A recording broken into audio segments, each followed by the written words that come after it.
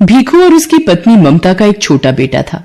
भीखू और ममता सड़कों पर सामान बेचकर गुजारा करते थे और वहीं फुटपाथ पर एक छोटी सी झुग्गी में रहकर गुजारा कर रहे थे। ममता दोबारा गर्भवती थी, इसलिए वो झुग्गी के आसपास ही रुकने वाले वाहन के लोगों को सामान बेचती थी। एक दिन ममता पुल वाली लाल बत्ती काफी देर तक रहती है, इस वजह से वहां भीड़ भी काफी रहती है। मैं सोच रहा हूँ आज थोड़ी देर वहीं सामान बेचकर आ जाता हूँ। इतनी भीड़ में ध्यान से जाना, लाल बत्ती खत्म होते ही गाड़ियां रफ्तार से दौड़ती हैं। भीखू पुल के नीचे सामान बेचने चला जाता है। ले लीजिए भैया, ये खिलौना आपके बच्चे के लिए, ये गुब्बारा ले लो भैया। हाँ हेलो, ये गुड़िया कितने की दी? 20 रुपए की है साहब। 20 रुपए? 10 रुपए की लगा ले, दे रहा है तो। इतनी देर में लाल बत्ती का सिग्नल खत्म हो जाता है। ले लो साहब, आप 10 रुपए ही दे दो। भीखू 10 रुपए लेकर जैसे ही गाड़ी वाले को गुड़िया पकड़ाकर पलटता है, एक गाड़ी उसे धक्का मार देती है। जैसे ही भीखू नीचे गिरता है, एक और गाड़ी उसे कुचल देती है। भीखू वहीं मर जाता है। भीखू के साथ एक और व्यक्ति जो सामान बेचता था, वो ये दुर्घटना देख लेता है और ममता को बताता है। नहीं, ये नहीं हो सकता। मैं किसके सहारे जीऊंगी? आप मुझे क्यों छोड़ गए सूरज के बापू? बापू आप कहाँ चले गए? बोलो बापू। ममता सूरज के हाथ से भीखू का अंतिम संस्कार करती है। भीखू के देहांत के बाद ममता बिल्कुल अकेली हो गई थी। एक दिन ममता बेटे सूरज और गोद की बच्ची को लेकर दिन भर सड़कों पर गुब्बारे बेचती थी। एक दिन, सूरज तू यहीं सोनी के पास रहना, आज धूप और गर्मी ज्यादा है, इसलिए तुम दोनों यहीं रहना। मैं कुछ गुब्बारे और पेन बेचकर सोनी के लिए दूध और तुम्हारे लिए रोटी ले आऊंगी। ममता गुब्बारे और पेन बेचने चली जाती है। साहब पेन ले लो, 10 रुपए में 5 पेन है। ले लो ना साहब। ले लो बीबी जी, ये गुब्बारा ले लो, आप खरीद लोगी तो मैं बच्चों के लिए कुछ खाने को ले जाऊंगी। ममता बड़ी मुश्किल से कुछ गुब्बारे बेच पाती है और थोड़ा दूध और रोटी बच्चों के लिए खरीद कर लाती है। तभी एक महिला ममता के पास आती है। ममता, कल हमें ये झुग्गियां खाली करनी पड़ेंगी, यहाँ से अब तू भी कहीं और रहने की जगह ढूंढ ले। मैंने तो एक बस्ती में 100 रुपए किराए पर एक झुग्गी ले ली है, बस तुझे ही खबर देने आई थी। हे भगवान, अब अपने दोनों बच्चों को लेकर कहाँ जाऊंगी? अपने बच्चों के रहने के लिए मुझ गरीब का घर कहाँ से लाऊंगी? ममता अपने बच्चों को लेकर एक दुकान के बाहर बैठ जाती है। तभी सामने एक ऑटो रिक्शा पलट जाता है और एक महिला ऑटो रिक्शा से गिर जाती है। ममता भागती हुई महिला के पास जाती है। ओ भैया, कैसे ऑटो रिक्शा चला रहा था? देखकर नहीं चलाया जाता? जल्दी इन्हें हॉस्पिटल लेकर चलो। ममता उस महिला को संभाले बच्चों के साथ हॉस्पिटल पहुंचती है। ऑटो वाला ममता और उस महिला को अपने ऑटो से उतार कर भाग जाता है। सूरज, जा जल्दी से उन भैया को बुला कर ला, वो माँ जी को अंदर ले जाएंगे। डॉक्टर उस महिला को देखता है। देखिए, इनकी रीढ़ की हड्डी टूट गई है, तो अब इनको कंप्लीट बेड रेस्ट की आवश्यकता है। इनके घर से जो भी सदस्य हैं उन्हें आप बुला लीजिए। डॉक्टर, मैं नहीं जानती ये कौन है। इनका एक्सीडेंट हुआ तो मैं इन्हें यहाँ ले आई। डॉक्टर, इन्हें कब तक होश आ जाएगा? तभी ये अपने बारे में बता पाएंगे। 1 से 2 घंटे में इन्हें होश आ जाएगा। लगभग 2 घंटे बाद उस महिला को होश आता है और वो अपने बारे में बताती है। मेरा नाम राज रानी है। पता नहीं उस ऑटो रिक्शा वाले ने कैसे चलाया कि अचानक से ठोकर लगी और ऑटो पलट गया। उसके बाद मुझे धुंधला सा याद है कि तुमने मुझे उठाया था और ऑटो में बिठाया। तुम्हारा बहुत बहुत शुक्रिया बेटी, जो तुम मुझे यहाँ ले आई। माँ जी, आपकी रीढ़ की हड्डी में फ्रैक्चर हुआ है, इसीलिए आपको घर ले जाने के लिए एम्बुलेंस की व्यवस्था करनी होगी। बेटी, मेरे पति अपने बिजनेस के काम से दूसरे शहर गए हुए हैं, मेरी एक सहायता करो। एम्बुलेंस में मेरे घर तक पहुंचने में मेरी मदद कर दो। डॉक्टर, मैं बिल अकाउंट से भर दूंगी, आप एक एम्बुलेंस की व्यवस्था करा दीजिए। माँ जी, आप बिल्कुल भी चिंता मत करिए, मैं आपके साथ ही चलूंगी। ममता राज रानी को एम्बुलेंस में घर तक लेकर आती है। राज रानी को उस वक्त एक सहारे की बहुत जरूरत थी, जो ममता के रूप में उन्हें मिला था। घर पहुंचकर राज रानी अपने पति महेंद्र नाथ को फोन पर सारी बात बताती है। ममता, मैंने अपने पति को फोन कर दिया है, वो कल सुबह ही वापस आ रहे हैं। क्या तुम कल सुबह तक मेरे पास रह सकती हो? ममता राज रानी की बातों को सुनकर रोने लगती है। क्या हुआ ममता, तुम अचानक रोने क्यों लगी? कोई जबरदस्ती नहीं है बेटी, तुम अगर नहीं रुकना चाहती तो कोई बात नहीं, और फिर तुमने इतना कुछ किया है मेरे लिए, वो बहुत बड़ी बात है। ममता राजरानी को अपने रोने का असली कारण बताती है और अपनी जिंदगी की सारी आपबीती सुनाती है, जिसे सुनकर राजरानी की आंखों में आंसू आ जाते हैं। आप ही बताइए माँ जी, अब मैं क्या करूं? अपने इन छोटे बच्चों को लेकर कहाँ जाऊं? चिंता मत करो बेटी, भगवान सब ठीक करेंगे। वहां सामने मेरी रसोई है, तुम वहां जाकर अपने लिए भी भोजन बनाओ, मेरे लिए भी, और इन बच्चों को भी खिलाओ। कब से तुम मेरी वजह से भूखी हो और बच्चे भी तुम्हारे साथ भूखे हैं। माँ जी, पहले आप ये दवाई ले लीजिए और आपको किसी भी चीज की जरूरत हो तो मुझे आवाज लगा देना। ममता राजरानी और सूरज को खाना देती है और सोनी के लिए थोड़ा दूध भी गर्म करती है। अगले दिन जब महेंद्रनाथ वापस आता है तो उसे सारी बात पता चलती है। वो भी ममता का धन्यवाद करते हैं। ममता बेटी, तुमने राजरानी के लिए इतना सब कुछ किया, उसका मैं हमेशा शुक्रगुजार रहूंगा। धीरे धीरे राजरानी की तबीयत में सुधार होने लगता है। ममता राजरानी की बहुत सेवा करती थी। 1 महीने बाद राजरानी बिल्कुल ठीक हो जाती है। माँ जी, अब आप ठीक हो गई हैं तो अब मुझे भी चलना चाहिए। मुझे भी आपके पास रहते इतने दिन हो गए। आपसे इतना प्यार पाकर मैं धन्य हो गई। आपने मेरे बच्चों को इतना प्यार दिया, इतना दुलार दिया, इसके लिए मैं सदैव आपकी आभारी रहूंगी। ममता, सूरज मुझे नानी माँ कहकर बुलाता है। क्या ये बच्चे हमेशा के लिए अपनी नानी माँ के पास नहीं रह सकते?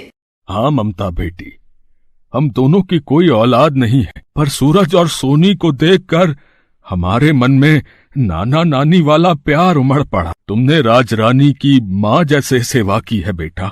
हम अपनी बेटी को बेसहारा नहीं भटकने देंगे। ममता की आंखें आंसुओं से भर आती हैं। बेसहारा को सहारा मिल जाता है। ममता राजरानी के गले लग जाती है। उस दिन के बाद से ममता महेंद्रनाथ के कारोबार में उसका हाथ बंटाने लगी और उसने दोनों बच्चों को पढ़ा लिखाकर बच्चों के सपने पूरे किए।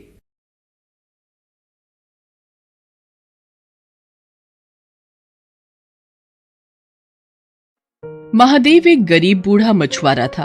उसके परिवार में उसकी बूढ़ी पत्नी सती के अलावा और कोई नहीं था। आज 3 दिन से सती बुखार से तप रही थी।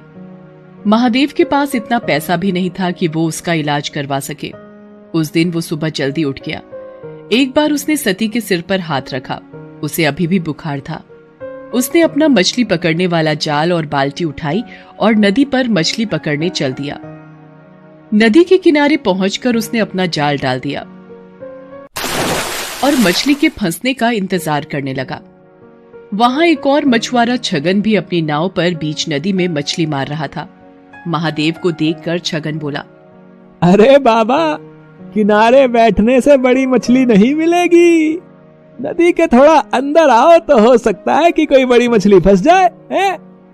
नहीं बेटा, ना तो मेरे पास नाव है और ना शरीर में ताकत जो मैं नदी में जाकर मछली पकड़ सकूं। अब सब कुछ भगवान के ऊपर है। उन्होंने चाहा तो मुझे बड़ी मछली जरूर मिलेगी। छगन ताने मारता हुआ बोला, तो फिर बैठे रहो घाट को पकड़ के। भगवान तुम्हारे लिए लाल परी मछली भेजेंगे। लाल परी एक बहुत ही नायाब मछली होती है जिसकी कीमत लाखों में होती है। ऐसी मछली किसी भाग्यवान को ही मिलती है। एक बार जिसे लाल परी मिल जाती है उसकी किस्मत ही चमक जाती है। खैर, महादेव ने छगन की बातों पर कोई ध्यान नहीं दिया और काफी देर इंतजार करने के बाद अपना जाल खींचा। उसका जाल भारी लग रहा था। लगता है कोई बड़ी मछली फंसी है। मगर जैसे ही उसने जाल बाहर खींचा, उसका सारा जोश ठंडा पड़ गया। जाल में मछली तो क्या, एक घोंघा भी नहीं फंसा था। उसकी जगह उसमें ढेर सारा कचरा जैसे प्लास्टिक की बोतलें, सड़े पुराने जूते और चप्पल फंसे थे। ये देखकर छगन जोर से ठहाका लगाकर हंस पड़ा और बोला, अरे वाह बाबा वाह, बहुत बड़ा खजाना हाथ लग गया है तुम्हारे। इसी तरह रोज खजाना मिलता रहा तो एक दिन तुम जल्दी ही रईस बन जाओगे। महादेव ने फिर उसकी बात पर कोई ध्यान नहीं दिया, बस मन ही मन बोला, हे भगवान, कैसे लोग हैं तुम्हारी दुनिया के। जो नदी हमें पीने को पानी और खाना देती है, उसमें लोग न जाने क्या क्या गंदगी डाल देते हैं। इतना सोचकर उसने फिर से जाल डाला। इस बार उसके जाल में थोड़ी सी छोटी मछलियां फंस गई। लगातार मेहनत करने से महादेव का बूढ़ा शरीर थक गया था, इसलिए जो मछलियां फंसी थीं उन्हें समेटकर महादेव बाजार चल पड़ा।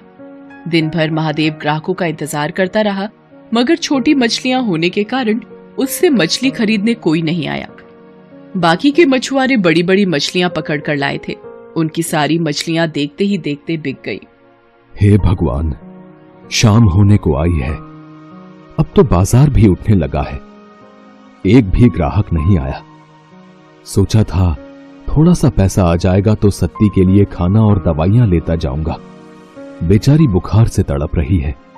अभी महादेव ये सोच ही रहा था कि वहां एक आदमी आया और उससे बोला, बाबा ये मछलियां कितने की हैं? बेटा ये हैं तो 200 रुपए की, मगर मैं तुम्हें 150 में दे दूंगा। 150 तो महंगा है, मैं तो इनके केवल 100 रुपए दे सकता हूं। वैसे भी बाजार बंद होने वाला है, अब कोई तुम्हारी मछलियां खरीदने से तो रहा, इससे पहले कि ये सब सड़ जाएं, इन्हें तुम मुझे 100 रुपए में दे दो। मरता क्या न करता, आखिर महादेव को 100 रुपयों में उसे सारी मछलियां देनी पड़ी। बाजार भी तब तक उठ चुका था। महादेव ने अपनी दुकान समेटी और वहां से घर चल दिया। अभी वो बाजार से निकल भी नहीं पाया था कि उसके कानों में एक आवाज आई, बाबा इस कंगले की भी सुनते जाना, 3 दिन से कुछ नहीं खाया बाबा, दया करो बाबा, मुझ पर दया करो। महादेव ने मुड़कर देखा, एक अंधा अपाहिज सड़क के किनारे पड़ा कराह रहा था। उसकी दोनों आंखें खराब थी और दोनों पैर भी बेजान थे, जैसे 2 सूखे डंठल हों। महादेव को उस पर दया आ गई। उसने अपनी फटी हुई चादर उस अपाहिज को ओढ़ा दी और पास की एक दुकान से थोड़ा सा खाने का सामान लाकर उस अपाहिज को देता हुआ बोला, अब लो खा लो। तुमने मुझ अपाहिज पर इतनी दया दिखाई, तुम कौन हो बाबा? महादेव उसे अपने बारे में बताता है। तब अपाहिज अपनी झोली से कुछ दाने निकालकर उसे देते हुए कहता है, तुमने बिना किसी स्वार्थ के कंगले की मदद की है बाबा, भगवान तुम्हें इसका फल जरूर देगा। लो ये दाने रख लो, कल जाल डालने से पहले इन दानों को नदी में छिड़क देना। महादेव ने दाने लेकर अपने पास रखे और अपनी फटी चादर उस अपाहिज को अच्छी तरह उड़ाकर वहां से घर चलाया। घर पहुंचने पर उसने देखा कि सती की तबीयत अब कुछ ठीक थी। ये देखकर महादेव को थोड़ी राहत मिली। उसने खाना बनाना शुरू किया। उसने अपने लिए थोड़ी सी मछलियां बचा कर रखी थी। उन मछलियों के साथ उसने आज खरीदे हुए थोड़े से चावल और आलू बनाए और सती को खिलाया। सती को खिलाकर सुलाने के बाद जैसे ही वो खाने बैठा, तभी वहां गांव का कुत्ता कालू आ गया। कालू को देखते ही महादेव के चेहरे पर मुस्कान तैर गई। वो कालू को पुचकारते हुए बोला, क्यों कालू बेटा, भूख लगी है? ठहर, अभी तुझे खाना देता हूँ। इसके बाद महादेव ने अपने बचे हुए खाने में से एक हिस्सा कालू के सामने डाल दिया। एक अरसे से महादेव ऐसा ही करता रहा था। वो जब भी खाने बैठता तब कालू वहां आता और महादेव कालू के साथ मिलावट कर खाना खाता। खाना खाकर कालू वहां से चला गया और महादेव भी भगवान का नाम लेकर सो गया। अगली सुबह वो फिर अपना जाल लेकर मछली पकड़ने चल दिया। नदी किनारे पहुंचकर उसे उन दानों की याद आई जो कल अपाहिज ने उसे दिए थे। उसने उन दानों को नदी में बिखेर दिया और फिर वहां अपना जाल डाल दिया। अभी थोड़ी ही देर हुए थे कि अचानक लगा जैसे जाल में कोई भारी चीज फंसी है। महादेव जाल को खींचने लगा, मगर बूढ़ा होने के कारण उससे जाल खींचा नहीं जा रहा था। जैसे तैसे काफी देर की मेहनत के बाद उसने जाल बाहर निकाला। जाल को देखते ही उसकी आंखें चौंधी आ गई। जाल में एक बड़ी सी लाल परी मछली फंसी थी। छगन मछुआरा भी ये सब देख रहा था। लाल परी को देखते ही उसकी आंखें आश्चर्य से फट पड़ी। उसने मन ही मन सोचा, अरे बाप रे, इतनी बड़ी लाल परी है? अगर ये मुझे मिल जाए तो हफ्ते भर की कमाई एक ही दिन में हो जाए। इस बुढ़े से किसी भी तरह ये मछली छीन लेनी चाहिए। उधर छगन की दुष्टता से अनजान महादेव किसी तरह उस मछली को उठाकर वहां से जा रहा था। तभी उसे एक तेज धक्का लगा और वो बुरी तरह जमीन पर गिर पड़ा। मछली भी उसके हाथ से छूट गई। उसे छगन ने धक्का दिया था। उसके गिरते ही छगन तेजी से लाल परी को उठाकर भागा। महादेव चिल्लाया, अरे अरे चोर चोर, पकड़ो पकड़ो, वो मेरी मछली लेकर भागा जा रहा है, कोई पकड़ो उसे। मगर वहां कोई भी नहीं था जो महादेव की पुकार सुनता। लेकिन अगले ही पल ना जाने कालू वहां कैसे आ गया और भागते हुए छगन पर टूट पड़ा। उसने कई जगह छगन को काट खाया। छगन दर्द से चिल्ला उठा। उसका चिल्लाना सुनकर आसपास के रहने वाले लोग वहां भागे आए। इतने सारे लोगों के सामने अपनी पोल खुलने के डर से छगन लाल परी को वहीं छोड़कर भाग गया। तब तक महादेव भी वहां पहुंच गया। लोगों ने उस मछली को महादेव को सौंप दिया। मछली बहुत बड़ी है, इसे काट कर इसका थोड़ा सा हिस्सा मैं अपने लिए भी रख लूं तो भी बाकी हिस्सों की बाजार में अच्छी कीमत मिल जाएगी मुझे। ये सोचकर महादेव मछली को घर लाया और जैसे ही उसने उस मछली को काटा, उसके पेट से नींबू के आकार और सुर्ख लाल रंग का माणिक पत्थर रूबी निकला। माणिक को देखते ही महादेव की आंखें चौंधी आ गई। हे भगवान, इतना बड़ा माणिक पत्थर, इसकी कीमत तो लाखों में होगी। इसे पाकर तो मुझे सारी जिंदगी कोई काम करने की जरूरत नहीं पड़ेगी। ये जरूर उस अपाहिज के दिए हुए दानों का ही कमाल है। इस माणिक का एक हिस्सा उसका भी है। ये सोचकर महादेव उसी जगह पहुंचा जहां उसे वो अपाहिज मिला था, मगर अब वहां कोई नहीं था। वहां बस महादेव की फटी हुई चादर ही पड़ी थी। लोगों से पूछने पर पता चला कि उन्होंने वहां किसी अपाहिज को पहले कभी नहीं देखा है। तो वो कौन था? क्या स्वयं भगवान मेरी मदद को आए थे और मेरे नसीब को चमका दिया? इस घटना के बाद महादेव की जैसे काया ही पलट गई। अब उसके जीवन में किसी चीज की कोई कमी न रही। वो अपनी पत्नी सती और कुत्ते कालू के साथ सुखपूर्वक जीवन बिताने लगा। साथ ही साथ दिल खोलकर दीन दुखियों की मदद भी करने लगा। ना जाने किसी दिन दुखी के भेष में कौन मिल जाए।